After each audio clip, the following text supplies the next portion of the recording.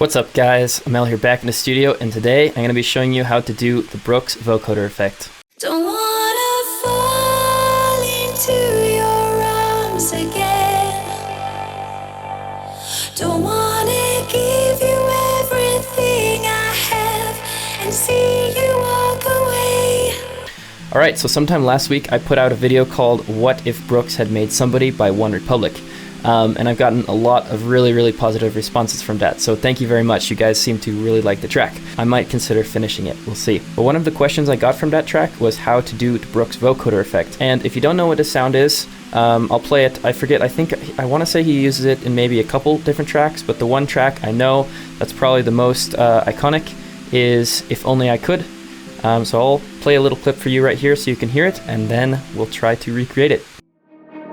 Stronger than a brick house, bigger than the moon and brighter than the stars. If I could move the mountains, I would have known who you are. Alright guys, so hopefully you could hear from that short clip what I'm talking about. And now this is a really cool effect. It's not really specific to Brooks. Essentially it's just a vocoder, which is pretty simple. I'll show you here in just a second. But the thing that Brooks does, instead of using a vocoder, a lot of people will take a vocoder and make a giant chord stack or something out of it. And the thing that Brooks does is he actually uses it as a bass line. So it gets this very low, very compressed, sort of gnarly sort of sound. So it's pretty simple, like I said. It's essentially just a vocoder. But I'm going to show you exactly the couple steps to make it sound really crispy like Brooks gets it. So what I've done here is I've created just a little project. It's nothing super complicated, but obviously I couldn't get the original vocal from his track, so I just found something on Splice. I'm going to play you through this little project I've made, and then we'll go ahead, take the vocal, and create the vocoder effect. Don't wanna fall into your arms again. Don't wanna give you everything I have and see you walk away. Don't wanna fall into your arms again. Don't wanna be reminded of the pain and the love of yesterday.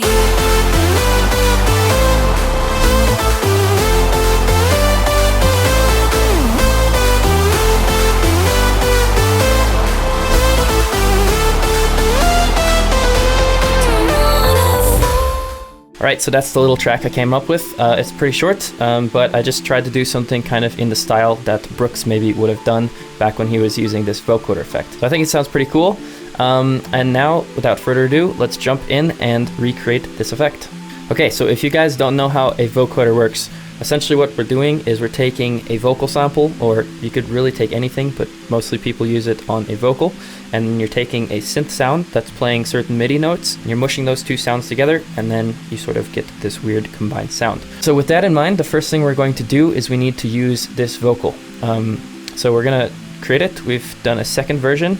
Now we're going to say make unique, just like that. I'm going to change the color just so it's not confusing. Now what I've done is I've gone ahead, you can see channel 1, 2, and 3. This is called the mod, this is the carrier, and then this is the vocoder. And I don't have any effects loaded yet, but we'll do that in just a second. Channel 1 is our mod, so we're going to put this down to channel 1.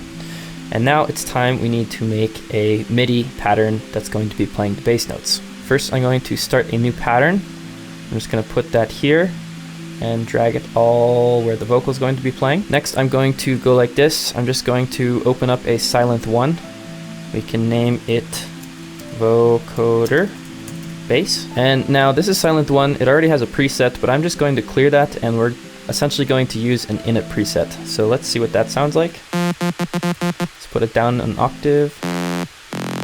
Okay, down 2 octaves. And I think I'm going to add a tiny bit of white noise, just a little tiny bit. Okay, so here is our main pattern, and it's just playing on a Rhodes. Pretty simple stuff. So what I'm going to do is I'm going to go like this. I'm going to say copy, and we can bring this over. I'm going to paste this into our vocoder bass, and then we can delete all the notes that are not the bass notes. Okay, so what we have so far is this. I guess I'll just play the chord pattern as well. Here's without the bass. And then here's with the bass added. It sounds pretty shitty. So what we need to do is we need to go here. This is routed to number 13. We need to route it to number 2 because that is set up as the carrier. So now we have the mod, which is the vocal. We have the carrier, which is the synth. And now here comes the magic, because right now if I just play the vocal and the synth, it's just the vocal and the synth, right? So what we do now, I have, as you can see, both the mod and the carrier synth are routed to what I have as labeled as the vocoder. In the vocoder channel, we're going to go like this, and this is a stock plugin. You can go down and open Vocodex. Now, there's a couple different ways to do this. You can, I think, put things on one channel, but up top, you can see mod and carrier. So, right, this is the vocal, this is the synth, this is channel 1, this is channel 2. So what happens is when you have these two channels that are next to the vocoder set up as channel 1 or 2, it doesn't matter. You can have them anywhere in the channel rack. They don't actually have to be channel 1 or channel 2. But as long as they're next to the vocoder channel, then you open this up, select channel 1, channel 2, and if all goes well, we should have a vocoder effect. So there we have it. That's not bad. That's the good starting point, but we can make it better. The first thing we're going to do is we're going to open up Vocodex, and there's a bunch of little features to play around with. We can play around with order. That sort of affects how synthy it is versus vocally. There's the different bands, attack and release, and a bunch of knobs. So I'm just going to play around with it a little bit, see what kind of result I can get, and try to get it sounding how I like it. Okay, so we've tweaked a couple settings, and now this is what it's sounding like. So it's already starting to sound pretty cool. Now, to make this really stand out, I'm going to add a ton of compression. So let's hear this. I'm just going to throw on some OTT, and let's see what it sounds like at maybe like 80%. So I've actually changed my mind. I'm finding that if I have this white noise, it kind of adds some weird frequencies. You can hear it like this. So I'm actually going to take away the white noise. Pretend I didn't do the white noise. Okay, now I don't have any sub basses playing right now, but just to be kind of proper, I guess, I'm going to add a low cut.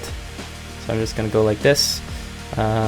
And we'll just cut out the very, very low frequencies, maybe at like 80 hertz. Also, I don't know, there's a couple weird like harmonic frequencies, so I'm just going to open up and cut those out. Okay, so we've played around with a couple of the settings now, and I'm happy with what it's sounding like. It sounds like this just for reference alone, and then in just a second I'll play it with the rest of the track. So that's what it sounds like alone. Now let's play this with the rest of the track and see what we have. Don't wanna fall into your arms again. Don't wanna give you everything I have and see you walk away. Honestly, now that's already sounding pretty dope. And I noticed two things. The first thing is that we want to cut away the vocoder wherever the vocal is not playing. So for instance, I'm going to start going in here and go like this. So wherever the actual vocal is not playing, we don't want the vocoder to play. Don't wanna fall into your arms again. Right, so like here, we don't want it to keep playing there. So I can just go in here and we can chop that out. You know what? I'm gonna do something weird, and I'm just gonna have it keep playing there. But I'm gonna come in here and maybe filter it out. Okay guys, so I've done a little bit of processing. As you can see here, I have this automation clip on the filter. And I've also gone ahead and just messed around, added a little bit of EQ, took away a couple of the high frequencies, added some lows.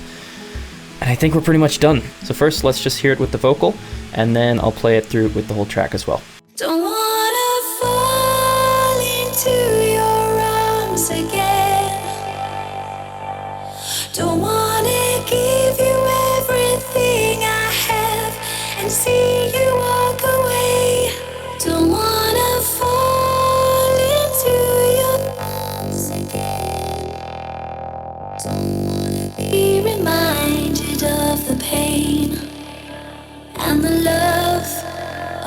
yesterday.